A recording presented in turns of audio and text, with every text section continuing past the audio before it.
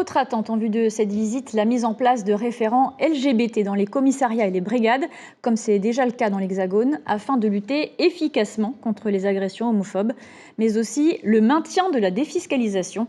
Le patronat espère des garanties. Chiquita Teiva, Nicolas Suire. La défiscalisation a permis aux entreprises polynésiennes d'obtenir des avantages fiscaux. Alors, pour les patrons, pas question d'y toucher. Le ministre Gérald Darmanin a lancé une mission d'évaluation de ce dispositif il y a quelques mois, dont les résultats sont attendus dans les prochains jours. Aujourd'hui, ce qu'on demande, c'est que cette évaluation soit objective et que si effectivement il y a des choses qui ne fonctionnent pas, il faut les supprimer. On est prêt à accepter beaucoup plus de contrôles s'ils sont nécessaires, et je pense qu'ils sont nécessaires.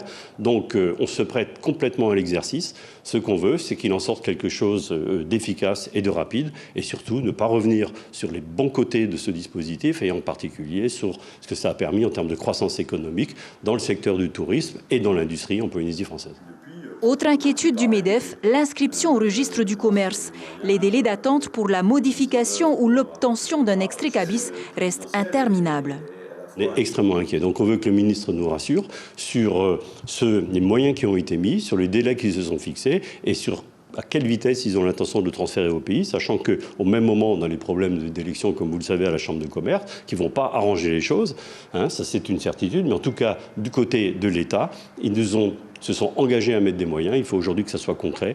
Du concret, c'est ce qu'attend aussi l'association Cousins-Cousines. Après s'être opposée il y a 10 ans à la loi Taubira autorisant le mariage gay, en avril dernier, Gérald Darmanin a reconnu s'être trompé. Il s'engage même à renforcer la lutte contre l'homophobie.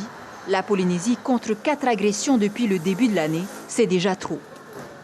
Moi, l'interpeller, c'est surtout pour qu'on parle de ce sujet, que ce sujet existe, que j'ai des personnes qui sont agressées, qui perdent le travail parce qu'elles ont été agressées au travail, frappées, violentées, et donc ça suffit. Il faut intervenir.